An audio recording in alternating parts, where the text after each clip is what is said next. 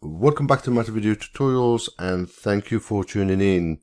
In this video I will show you in details how to sketch the graph of a quadratic function using the completing squared method and to work out the turning points and the roots. I will also be discussing the line of symmetry of the quadratic graph and how we can use it to answer question 4 of this exercise. We will also be sketching the graph of the inverse function for part 5 and writing down the expression of the inverse function for part 6. So without further ado, let's get started.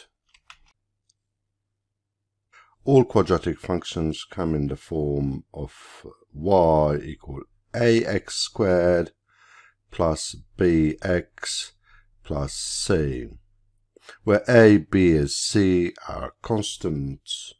Now, the shape of this quadratic graph is determined by this term here, the x squared, because it has the highest power. And because x squared is always positive, whether you input a positive value or negative, it will always turn positive. So if a is a positive value, then we will have a U-shape quadratic graph, and therefore the graph has a turning point which is a minimum.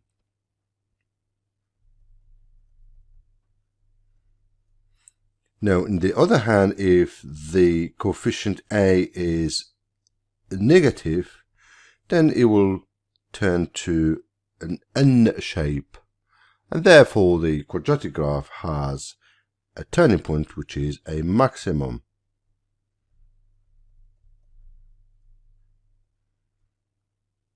Now, for our function, our coefficient a is equal to 1,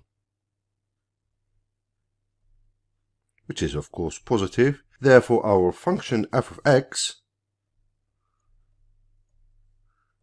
has a U-shape.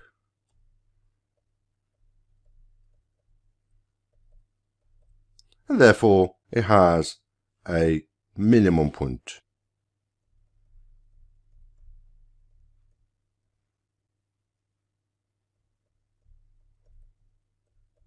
For quadratic functions, you can find the stationary point or the turning points, as we call them, minimum or maximum, without using calculus, by just using the completed squared form.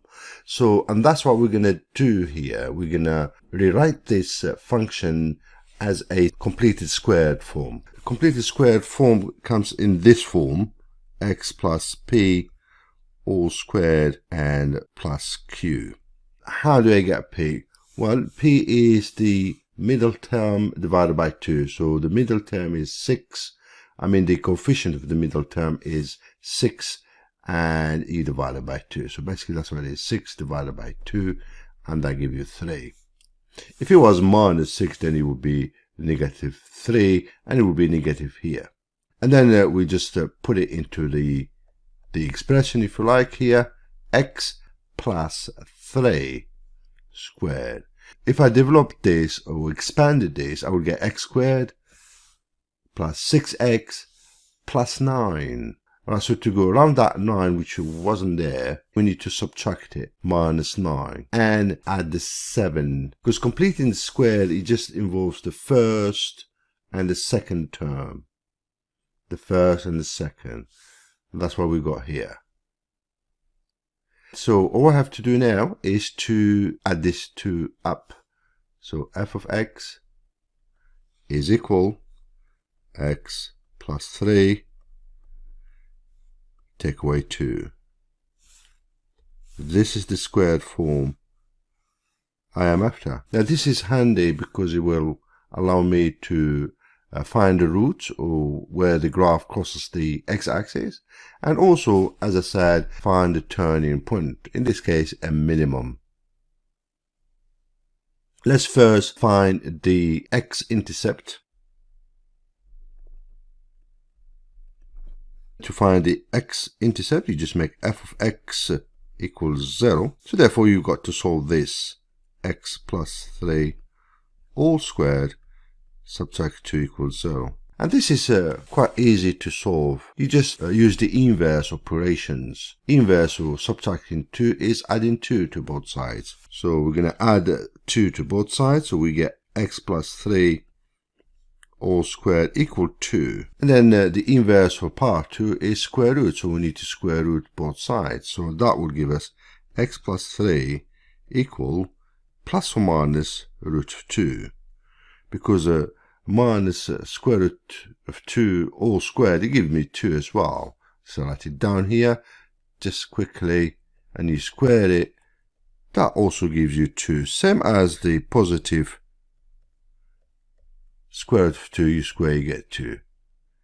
Alright? So therefore we've got so far here, and we need to subtract 3 from both sides. It could be negative 3 plus or minus root of 2. Now because there are two roots, two different values, I like to rewrite them separately. And to do that, I just write one, call it x1 minus 3, take away root of 2. The second one is x2, that is the positive root of 2. Now, take note of the fact that both of them are negative, because that would indicate that the graph is on the negative part of the x-axis. So we worked out the x-intercept. Now, the y-intercept is pretty easy. You just make x equals 0 into the original expression. You could do it here, but it's much easier and quicker in the original expression. So for the y-intercept, make x equals 0, plug it into the function f of 0, and you can see that gives us 7. So my y-intercept is 0, 7. The next thing is the turning point, and we're going to use the completed squared form. So let's copy it down here. Now, when does the turning point happen? Well, it happens when this bracket is equal 0. Because remember, the turning point is the lowest, the smallest value. Here's the turning point there. That is the smallest value of the whole of the function. And that happens only when this equals 0. It does not happen when x is negative. That is wrong, because remember, you are elevating to the power of 2. So you're making it positive, and therefore you are increasing it. So this one will increase this way, right? And if you put in positive values here, it will increase that way. So the only way to get to the bottom of this is by making this bracket equal 0. So the y coordinate of the turning point is minus 2. And when does it happen? In when x plus 3 is equal 0. So turning point happens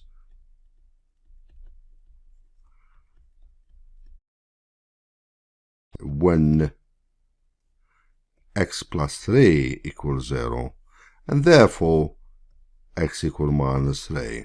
So therefore this one equals 0 will cancel out or go away. You'll be left with negative 2. So the y coordinate, or f of minus 3, is going to be minus 2. So we're going to say the turning point coordinates are minus 3, minus 2. So I think we've got all the necessary key points for us to start sketching the graph. So we got the two x-intercept or roots, we got the y-intercept, and we got the turning point.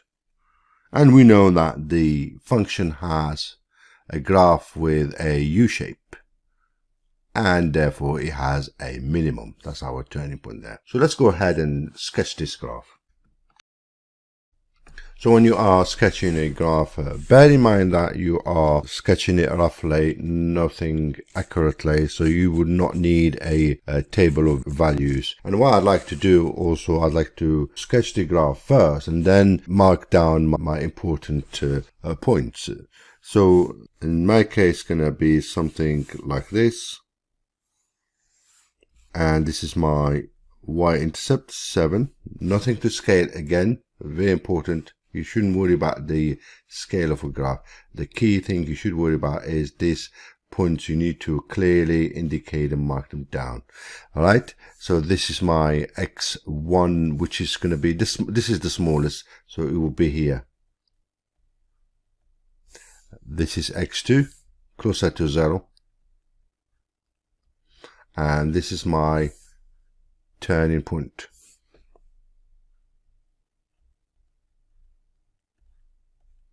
And you're done. Our quadratic graph has a vertical line of symmetry at x equal minus 3. And I want you to take note of that because we're going to need it in part 4 when we determine our new domains. But for now, let's move on to part 2 of this exercise.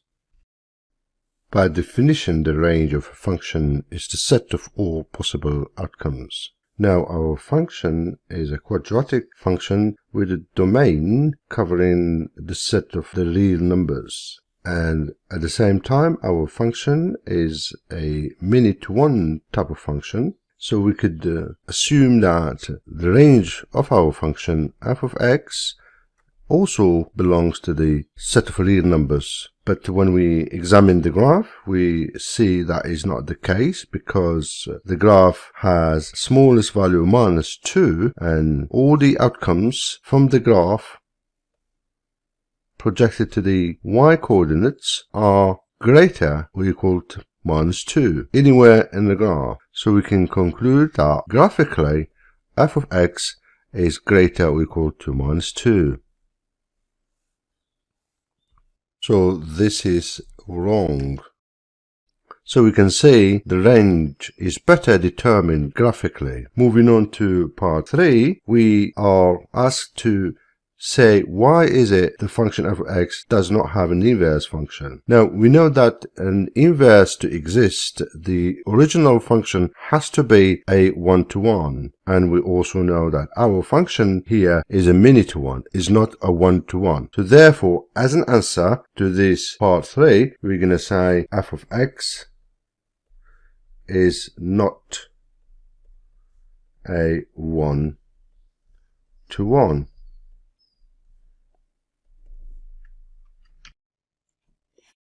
Now for part 4 of the exercise, we need to suggest domain which make this function a one-to-one, because otherwise it will not have an inverse function. And that's what we discussed earlier. So the function f of x is not a one-to-one. That's the reason why it does not have an inverse function. So our new domain here is a domain that will make it a one-to-one. Now, how do we do this? Well, the line of symmetry we discussed at the beginning is very important because it partitioned the graph into two equal parts. The left part, this one here, and the right part of the graph.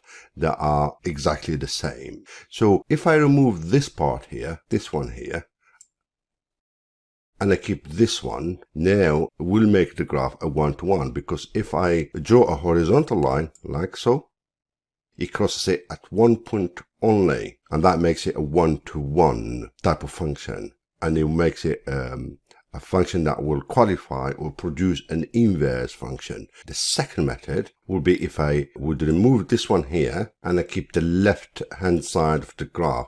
Again, same thing would happen if I was to draw a horizontal line, something like this. You can see that horizontal line crosses the graph at one point, which will make it a one-to-one type of a function, which makes it qualify to have or produce an inverse function. So that's the idea for answering part 4. Either left, this one here, or right hand side. So if I was to go back to the first option by removing the left hand side and keeping the right hand side, this graph here is on the right hand side of the line of symmetry. The line of symmetry is x equal -3, and this corresponds to the domain x greater or equal to -3. So we can say for the domains for part 4, either x greater or equal to minus 3. That's one domain we could suggest. And because there is another one, as we discussed, we say or the other one to the left of the line of symmetry. So therefore, x less or equal to minus 3.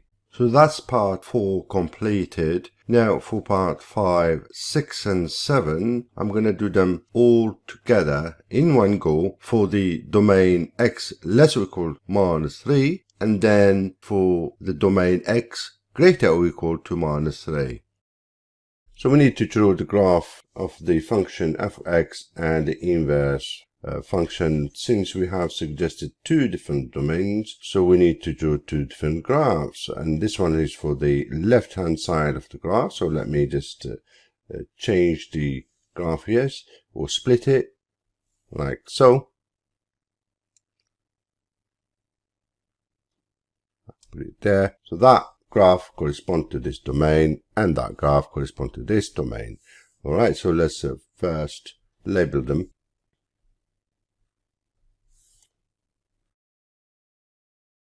And we're going to mark down some of the important points. Remember, we had this x-intercept, or the root minus 3 minus square root of 2. We had also the turning point, was very important, at minus 3 minus 2. Write it down here, minus 3 minus 2.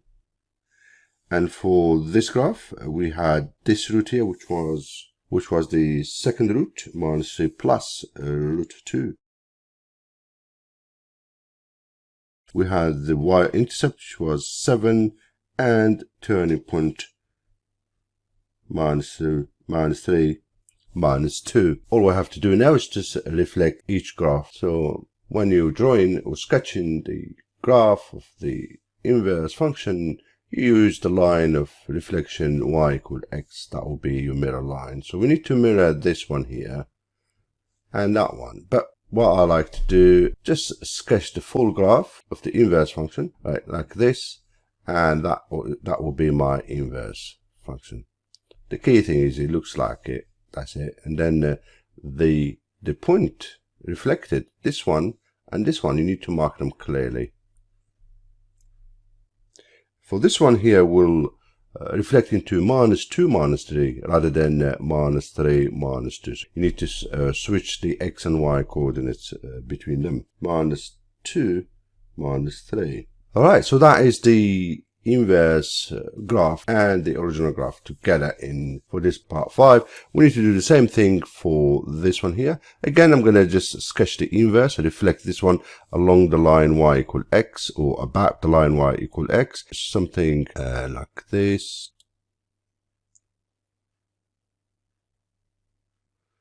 Alright, you've got this point here, which is that one, similar to what we did here. It'll be minus 2 minus 3. That's the turning point reflected. This point is this one, the reflection of this one here, the second root, minus 3, add square root of 2. And the y-intercept will become the x-intercept, 7, right? And label it. Okay, so that is the part 5 completed now. Let's move on to part 6. So for part 6, we're going to do the expression of the inverse function. We're going to do it for this one first. Now, before I get started, let me just take a note here. The inverse function has a maximum value of minus 3. That is the highest y coordinate you can get, and then from there it will decrease. So this function is a decreasing. While this one here, it has the smallest y coordinate is minus 3, and it goes up. So this function here increasing. So we need to bear that in mind. We're going to use that for this part 6. But let's start with the algebra part of it. We're going to use the completed squared form to find the expression of the inverse function. And I'm going to rewrite it using the y notation. And that will give me x plus the right hand side stays the same. Subtract 2, and then we're going to swap y for x and x for y. So this is my inverse function now. We need to make it the subject, and to do that we need to add 2 to both sides first. And then we need to square root both sides, and I'm gonna same time I'm gonna flip it around to make it y plus 3 on the left hand side, because I want to make y the subject as I said earlier, and it's going to be plus or minus square root of x plus 2. And you notice there is a problem here, because our inverse function is a 1-to-1, all right, and this tells me it is 1-to-many. So we are contradicting ourselves. So how do we deal with it? I remember we were talking earlier about the function being decreasing here and the function being increasing here. So decreasing meaning it's getting smaller, of course, but the question is, what sign do you use when you decrease? Well, you use the minus sign, not the plus. So we need to keep the minus and remove the plus. So let's do that. So that's sorted, so we have no contradiction now, so we can go ahead and make y the subject here. I'm going to use the inverse function notation, and I subtract 3 from both sides, and that is my expression for the inverse function. For this domain, it has a decreasing inverse function, that's why we have a minus there. So you can guess now, without going through all the working out here, that the inverse function for this domain, because as we discussed earlier, it is an increase, so we're going to use the plus here instead of the minus. So let's do that and just write it down without going through the algebraic steps. All right, so this is my expression for my inverse function for this domain. So that is part 6 sorted.